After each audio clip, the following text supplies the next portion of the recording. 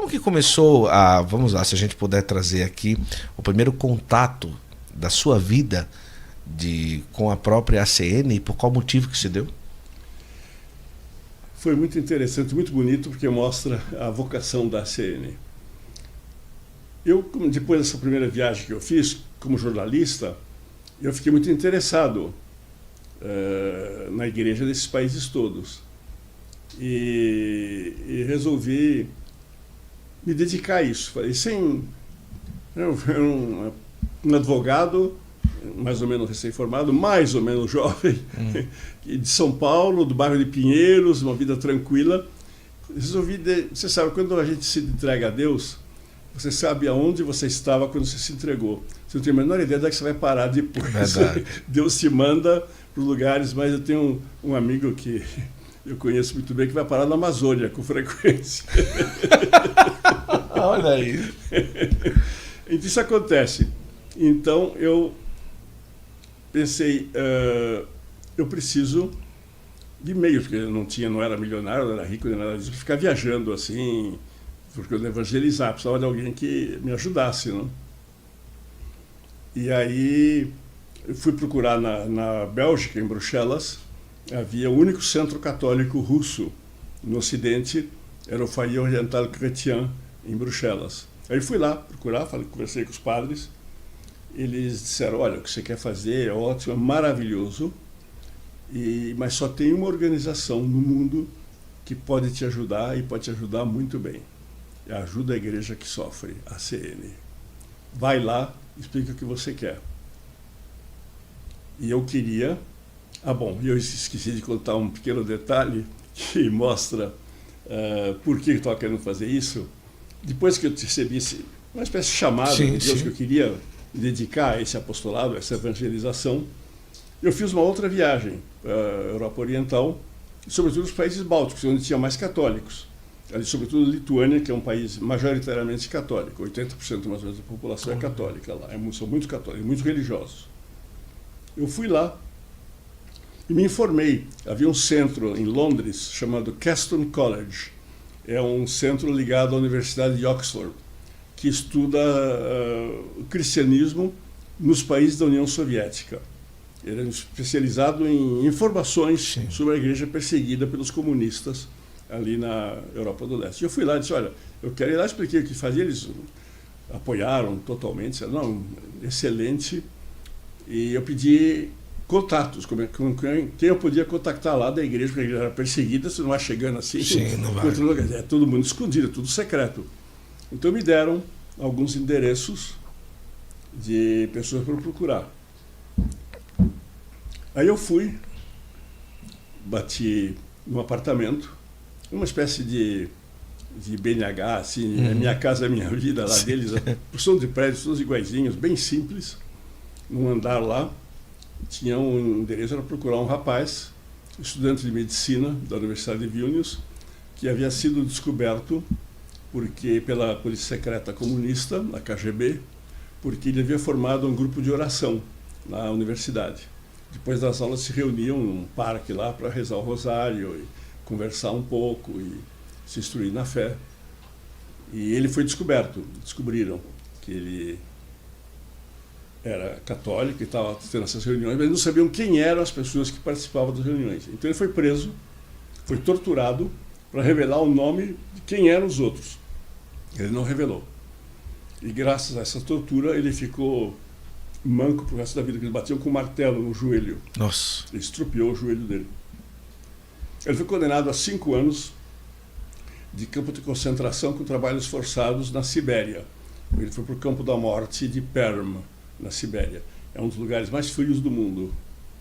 E lá ele passou 5 anos, converteu várias pessoas no campo de concentração. Eu conheci um dos convertidos dele. Olha. E lá ele conheceu uma outra lituana, uma senhora lituana, era uma fundadora de uma congregação de freiras secretas. Era proibido ser padre, proibido ser freira, óbvio, não tinha convento, não tinha nada. Congregação de freiras secretas. E ela então fundou uma congregação de irmãs. Elas trabalhavam durante o dia como operárias numa fábrica Elas alugaram apartamentos todos do lado, no mesmo andar do prédio. O andar inteirinho do prédio eram delas. Furaram as paredes, então esses apartamentos viraram um convento. Elas, à noite, depois do trabalho, elas lá rezavam, e havia uma missa secreta também, um padre ia lá celebrar a missa para elas.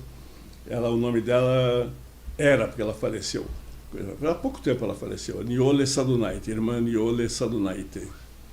E até eu ajudo, que só publicou um livro com a história dela, chamado Um Sorriso do Gulag. Ela ficou famosa porque no meio daquele sofrimento horroroso, gente morrendo de frio, de fome, ela estava sempre sorrindo e levando o evangelho para os outros prisioneiros. Ela converteu muita gente. Olha só. E, bom, eu conto isso porque eu bati, então, na casa do apartamento desse jovem, chamava Julius Sasnauskas. E o engraçado, na Lituânia, quais são os nomes? Os homens terminam em as e as mulheres em N. Olha só. Então era Sadunaite e ele Sasnauskas. Bom, e atendeu uma senhora, meio gorda, assim, de certa idade. Eu não sabia russo ainda direito. Eu perguntei em inglês, o Júlio Sasnauskas está? Ele olhou para mim e disse, quem é você? Ele disse, eu sou do Brasil, meu nome é José Correia. Ela disse, o Júlio não tem nada a ver com você, sai daqui, e bateu a porta. Nossa. Eu pensei, mas que horror, que maneira de receber. Aí desci, fiquei na porta do prédio pensando, o que eu fiz de errado? Eu fiz uma coisa errada, o que foi para ela ter essa reação violenta desse jeito?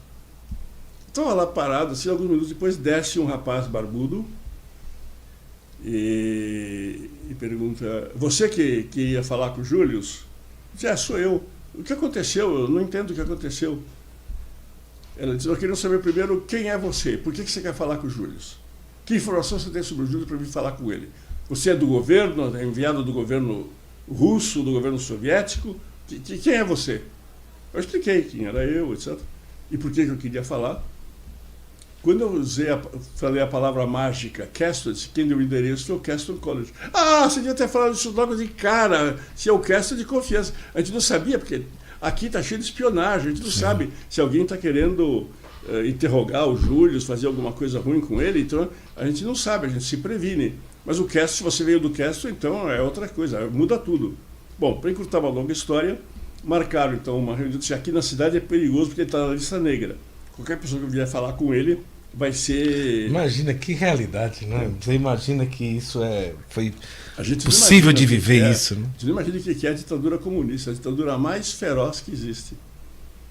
Aí nos combinaram um encontro, foi muito engraçado, porque disseram, para não chamar a atenção, vai aparecer no hall do seu hotel uma moça muito bonita, vamos escolher de propósito uma moça muito bonita, e você finge que você é namorado dela.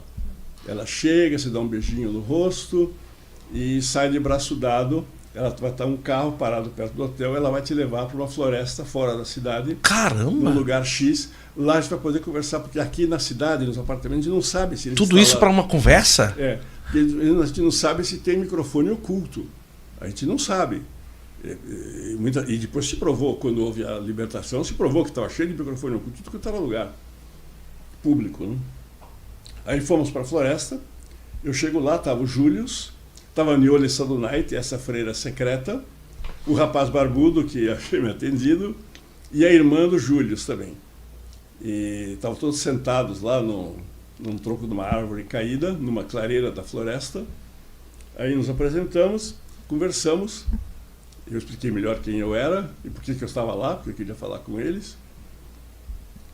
E aí foi o fato principal não aconteceu na conversa, foi no final da conversa, quando estávamos nos despedindo. Porque horas tantas, depois de uma meia hora de conversa, 20 minutos, meia hora, o Júlio disse, olha José, foi um prazer conhecê-lo, estar conversando com você, mas nós precisamos ir, porque nós vamos ter agora em seguida uma outra reunião, num outro lugar aqui da mesma floresta, com aquele antigo grupo de estudantes da universidade com que eu tinha formado o grupo de oração.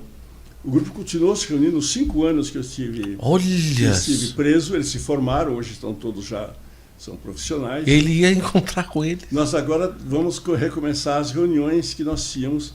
Eu voltei do campo de concentração há pouco tempo. vamos recomeçar as nossas reuniões de oração aqui da floresta. Você não pode ir porque eles não te conhecem, eles vão morrer de medo de ver alguma pessoa desconhecida. Então, peço desculpa, mas nós temos que ir lá, temos que encerrar nossa conversa aqui. Eu disse, peraí, Júlio, eu não estou entendendo. Você foi preso por causa desse grupo de oração. Você sofreu barbaramente, quase morreu várias vezes, pela história que você contou, eu vi. Você anda mancando até hoje porque estropiaram o seu joelho. Você foi torturado. Passou 5 anos passando fome, frio, sede, num campo de concentração. E você volta e quer fazer a mesma coisa de novo? Você não sente medo?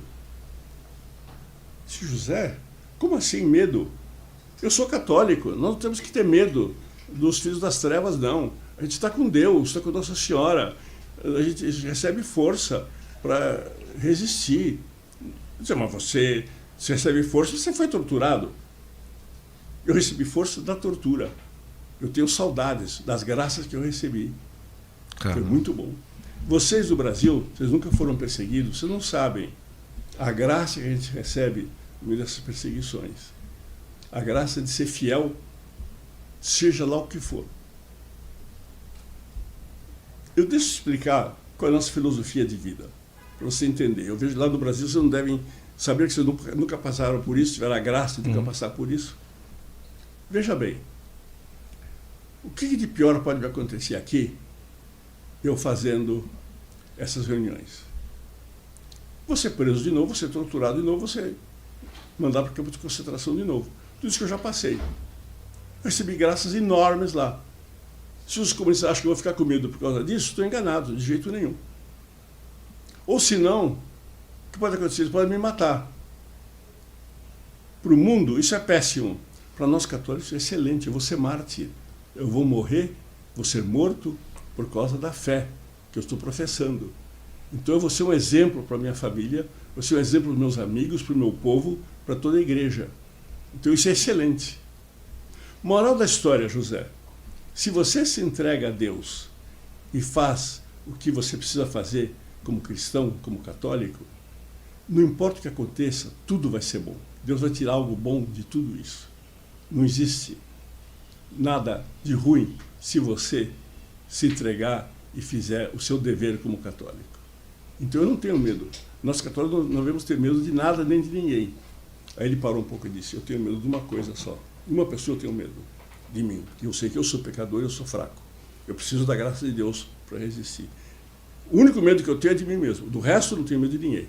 Olha só. Agora, veja bem, eu estava falando isso, não é da boca para fora, falar palavras bonitas. Ele estava vivendo isso. Estava num país de perseguição, estava escondido numa floresta para não ser descoberto pela polícia de novo. Ele estava vivendo essa situação, concretamente. Que testemunho, hein? Isso aí mudou minha vida. Isso mudou minha vida. Eu pensei, não.